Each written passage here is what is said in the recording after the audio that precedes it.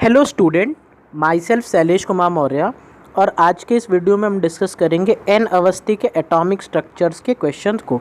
ठीक है, जैसा कि आप देख सकते हो ये एन अवस्थी बुक का मैं यहाँ पे प्रेजेंटली 12th एडिशन यूज़ कर रहा हूँ। ठीक है, एन अवस्थी में एटॉमिक स्ट्रक्चर में हमने पहले क्वेश्चन 1 से लेके 10 तक डिस्कस कर लिया है। आज उसी के आगे फर्दर प्रोसीड करेंगे और क्वेश्चन 11 से लेके 20 तक इस वीडियो के अंदर हम डिस्कस करेंगे। ठीक है, तो आइए बिना किसी देरी के हम स्टार्ट करते हैं अपने डिस्कशन को। First question, ionization energy for hydrogen atom in erg joule and electron volt. तो ये तो बहुत ही आसान सा क्वेश्चन है, मुझे लगता है इसमें सभी लोगों को आंसर आता होगा। इसका आंसर हो जाएगा ऑप्शन ए। बेसिकली होता क्या है कि इलेक्ट्रॉन वोल्ट में अगर आप देखोगे तो इसकी जो आयनाइजेशन एनर्जी की वैल्यू है वो होती है 13.6 होती है। और अगर आप वही जूल के अंदर देखोगे तो वो होती है, जो इसमें लिख रखा है इन्होंने, 218 इंटू 10⁻⁻20, लेकिन जूल। ठीक है, लेकिन जब हम बुकों में याद करते हैं इसको तो हम इस फॉर्मेट में नहीं याद करते, हम 21.8 के फॉर्मेट में याद करते हैं। उस हिसाब से यहाँ पे पावर भी चेंज हो जाती है। ठीक है, और एक और एडिशनल इन्फॉर्मेशन आपको पता ही होगा, 1 जूल इज इक्वल्स टू क्या होता है, 10⁻7 अर्ज होता है। ठीक है, तो ये भी एक कन्वर्जन फैक्टर है। सिंपली अगर आपको ये पता है तो आप ये देख सकते हो, इसमें 10⁻7 का मल्टीप्लाई कर दो, 218 इंटू 10⁻20 इंटू 10⁻7 कर देंगे तो बेसिकली क्या हो जाएगा, 10⁻13 हो जाएगा। लेकिन एक डेसिमल और शिफ्ट किया जा रहा है इधर, तो ये कितना हो जाएगा, 10⁻12 हो जाएगा। ठीक है, तो ये आपको दिख सकता है ऑप्शन ए में। ठीक, इसमें कुछ समझाने लायक था नहीं। नेक्स्ट क्वेश्चन करते हैं, क्वेश्चन 12।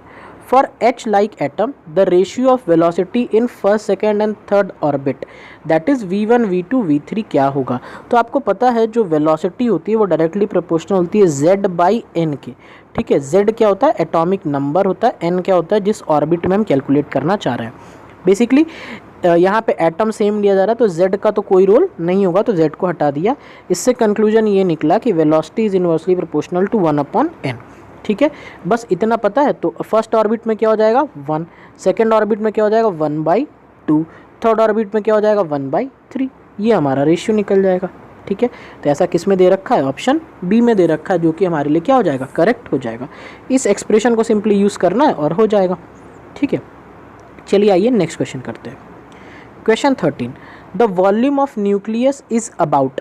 तो ये आपको पता होना चाहिए, जो वॉल्यूम ऑफ न्यूक्लियस होता है वो कितना टाइम्स होता है, 10⁻⁻5 टाइम्स होता है वॉल्यूम ऑफ एटम के। ठीक है, या इसको हम थोड़ा सा इस तरीके से याद करते हैं, आपने इसको इस तरीके से ज़रूर याद किया होगा कि वॉल्यूम ऑफ एटम जो होता है that is equals to 10⁻5 times volume of nucleus होता है। और आप देखे होंगे, आपको कई सारे जगह पे एग्जाम्पल भी दिए गए होंगे कि एक बड़ा सा फुटबॉल ग्राउंड मान लीजिए, अगर उसके सेंटर में एक फुटबॉल रखी गई है तो ये न्यूक्लियस है, और बाकी ये जो बड़ा सा फुटबॉल ग्राउंड है पूरा, ये क्या है आपका, ये है पूरा का पूरा एटम। ठीक है, इस तरह का कंक्लूजन हम रदरफोर्ड मॉडल में पढ़ते हैं और आपने देखा ही होगा। तो ये भी एक फैक्चुअल डेटा ही है जो हमको सिंपली ध्यान रखना है। तो ये क्या हो जाएगा, the volume of nucleus is 10⁻5 times that of atom हो जाएगा। ठीक है, चलिए आइए नेक्स्ट क्वेश्चन करते हैं। An electron in an atom in such a way that kinetic energy changes from x to x/4। तो आपको ये पता होगा कि चेंज इन जो काइनेटिक एनर्जी होता है, चेंज इन काइनेटिक एनर्जी होता है, अगर उसी काइनेटिक एनर्जी के चेंज को हम 2 से मल्टीप्लाई कर दें तो that is equals to negative of potential energy में चेंज होता है। यही एक्सप्रेशन हम यूज़ करते हैं। यानी हम बुकों में क्या पढ़ते हैं कि पोटेंशियल एनर्जी का जो मॉडुलस होता है that is equals to 2 times that of kinetic energy का जो मॉडुलस होता है। काइनेटिक एनर्जी में मॉडुलस क्यों नहीं लगाते, क्योंकि हमको पता है ये तो हमेशा पॉजिटिव ही रही है। तो इसीलिए अगर हम थोड़ा सा इस एक्सप्रेशन को ठीक से लिखें तो जितना भी काइनेटिक एनर्जी में चेंज आएगा, अगर आप उसको 2 से मल्टीप्लाई कर दो, ठीक है, और इसी के आगे क्या करो, इस एक्सप्रेशन के आगे क्या करो, आप एक माइनस साइन बैठा दो, तो यही हो जाएगा चेंज इन पोटेंशियल एनर्जी। इस एक्सप्रेशन को हमको यूज़ करना है। ठीक है, तो अब आइए इसको सॉल्व करते हैं। तो चेंज इन पोटेंशियल एनर्जी क्या हो जाएगा, निगेटिव ऑफ, फिर ब्रैकेट लगाते हैं 2 टाइम्स काइनेटिक एनर्जी में चेंज कितना हो जा रहा है, फाइनल क्या हो जा रही है, x/4, पहले कितनी थी x, तो चेंज क्या आएगा x/4 minus x, final minus initially करेंगे। तो इसको सॉल्व कर लेते हैं। तो ये हो जाएगा -2 इंटू 3x/4। इसके अंदर भी क्या लग जाएगा, -3x/4 हो जाएगा, तो यानी माइनस माइनस प्लस हो जाएगा और ये आंसर आ जाएगा 3x/2 हो जाएगा। ठीक है, तो ऐसा कहाँ दे रखा है, आपका ए ऑप्शन में दे रखा है, जो कि क्या हो जाएगा आपके लिए करेक्ट हो जाएगा। ठीक है, नेक्स्ट क्वेश्चन। ठीक, the potential energy of an electron in the hydrogen atom is -6.8 electron volt, indicate which excited state the electron is present. तो चलिए यहाँ पे देखिए, आपको दे रखा है पोटेंशियल एनर्जी। पोटेंशियल एनर्जी कितना दे रखा है, 6.8। हम मॉडुलस की बात कर रहे हैं, इलेक्ट्रॉन वोल्ट दे रखा है। तो काइनेटिक एनर्जी क्या हो जाएगा, आपको पता है काइनेटिक एनर्जी हो जाएगा पोटेंशियल एनर्जी बाई 2 कर देंगे। ठीक, तो यानी हो जाएगा 3.4 इलेक्ट्रॉन वोल्ट। तो आपको पता है ना, जो हमारे टोटल एनर्जी का फॉर्मूला होता है वो क्या होता है, 13.6 इंटू Z²/n² होता है, यही तो फॉर्मूला होता है। तो आप बताइए मैं n की वैल्यू यहाँ पे कितना रख दूँ कि आंसर मेरा 3.4 आ जाए। आपको दिख रहा होगा कि 4 रख देंगे वैल्यू, सॉरी n = 2 रख देंगे, तो 2 जैसे ही रखेंगे तो यहाँ पे 4 हो जाएगा, 13.6/4 करेंगे तो 3.4 आ जाएगा। यानी ये किस ऑर्बिट में प्रेजेंट है, n = 2 में प्रेजेंट है। तो इसका क्या आंसर हो जाएगा, n = 2 आया। अच्छा ये भी देखो, यानी हमको ये समझ में आ गया कि n = 2 आ गया, यानी ये है मेरा न्यूक्लियस, ये है फर्स्ट ऑर्बिट, ये है सेकेंड ऑर्बिट। तो ये फर्स्ट ऑर्बिट हो गया, ये सेकेंड ऑर्बिट हो गया, तो इलेक्ट्रॉन तो यहाँ पे प्रेजेंट है, लेकिन हमसे एक्साइटेड स्टेट पूछा है। सेकेंड ऑर्बिट को ही क्या बोलते हैं हम, फर्स्ट एक्साइटेड स्टेट बोलते हैं, फर्स्ट एक्साइटेड स्टेट बोलते हैं।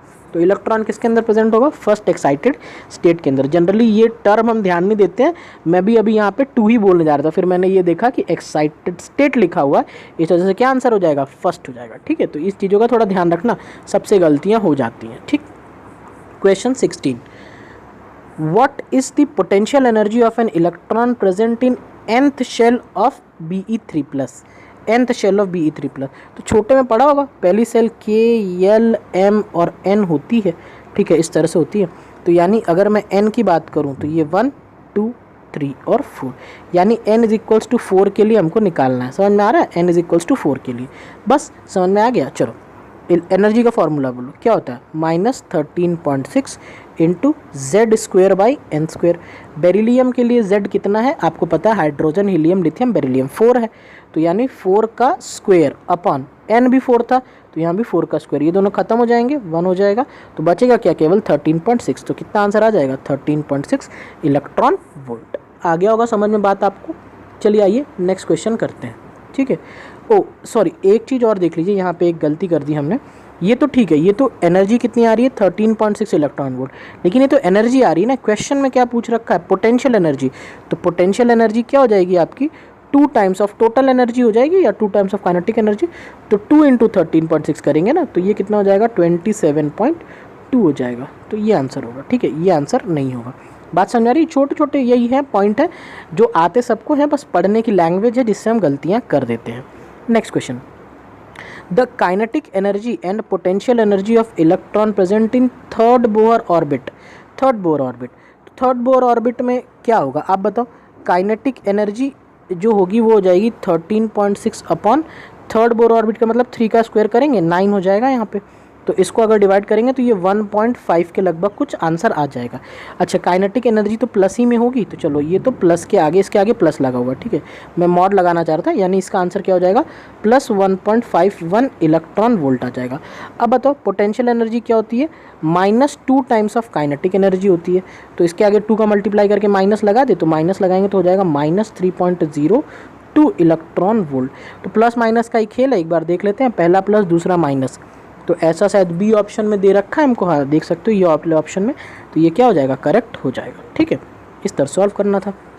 Next question, the distance between 4th and 3rd Bohr orbit of He+। Third और फोर्थ बोहर ऑर्बिट के बीच में क्या करना है, हमको डिस्टेंस निकालना है। तो आप बताओ आपके पास में डिस्टेंस का क्या, रेडियस का क्या फार्मूला होता है। रेडियस का फार्मूला होता है 0.529 n²/z, एंगस्ट्रॉम में होती है वैल्यू, और आपको पता है 1 एंगस्ट्रॉम क्या होता है, 10⁻⁻10 मीटर जितना कुछ होता है। ठीक, तो बस अब हमको क्या करना है, थर्ड और फोर्थ बोहर ऑर्बिट के बीच में डिस्टेंस निकालनी है, और ये हीलियम प्लस के लिए निकालनी है। तो एक बार फॉर्मूला लगाते हैं, यानी सिंपली हमें ये करना है कि R4 - R3 कर देना है, तो 0.529 डिवाइडेड बाई, नीचे तो Z है, Z हीलियम के लिए 2 हो जाएगा, तो यहाँ पे 2 कर दिया, into n square. n square क्या हो जाएगा आप बताओ, पहले n रखेंगे 4, तो ये हो जाएगा 16 माइनस 9। बस इस एक्सप्रेशन को सॉल्व कर देना है। इसको आप जैसे ही सॉल्व करोगे तो ये आ जाएगा 1.851 इंटू 10 की पावर माइनस 10 मीटर। ये आंसर आ जाएगा 851 इंटू 10 की पावर माइनस 10 मीटर, जो कि सी ऑप्शन में दे रखा है, करेक्ट हो जाएगा। ठीक है, समझ गए, आसान सा क्वेश्चन था। Next question, what is the atomic number of an element X would have to become so that the fourth orbit around X would first fit inside the first Bohr orbit of hydrogen atom। मतलब समझाता हूँ, बोलना चाह रहा है कि ऐसा कौन सा एलिमेंट हम ले लें जिसका जो रेडियस ऑफ फोर्थ ऑर्बिट हो वो बराबर हो रेडियस ऑफ फर्स्ट ऑर्बिट। ये फर्स्ट ऑर्बिट किसका है, हाइड्रोजन एटम का। ये ऑर्बिट किसका हमको नहीं पता, कोई भी एटम Z मान लेते हैं होगा। चलो फॉर्मूला लगा दें, तो क्या फॉर्मूला लगाओगे, 0.529 into Z square, Z square n square by n square by Z होता है। ये मैं गलत लिख रहा था यहाँ पे, इसको हटाते हैं। यहाँ पे क्या हो जाएगा, एन स्क्वेयर बाई Z अभी हमने पढ़ा, तो n की वैल्यू कितनी है 4, तो यानी ये हो जाएगा 16 बाई Z हो जाएगा, is equals to radius of first, hydrogen के लिए फर्स्ट वाले का निकालना है, तो क्या हो जाएगा 0.529 इंटू एन स्क्वेयर, एन तो 1 ही है, 1/1, तो 529 से 529 कट जाएगा, तो यहाँ से Z की वैल्यू कितनी आ जाएगी 16, यानी जो 16th एलिमेंट होगा, यानी सल्फर का जो एटम है उसका फोर्थ ऑर्बिट उतना ही बड़ा है जितना हाइड्रोजन का फर्स्ट ऑर्बिट है। ठीक है, चलो last question, the ratio of velocity of electron in third and fifth orbit of lithium 2+। तो वेलोसिटी अभी बताया था Z/n के प्रोपोर्शनल में होती है। ठीक है, तो Z तो सेम ही है दोनों के लिए। ठीक, तो इसको छोड़ देते हैं, यानी फिर से कंक्लूजन आ जाएगा velocity is inversely proportional to 1/n होती है। तो थर्ड ऑर्बिट में बोलना है तो 1/3 रेशियो 1/5 हो जाएगा, या इसी का उल्टा कर देंगे तो 5:3 हो जाएगा। तो 20 का क्या आ जाएगा हमारे पास, 20 का बी आंसर करेक्ट हो जाएगा। देख लो 5/3 हो जाएगा। ठीक है, इस तरीके से हमको क्वेश्चन को करना था।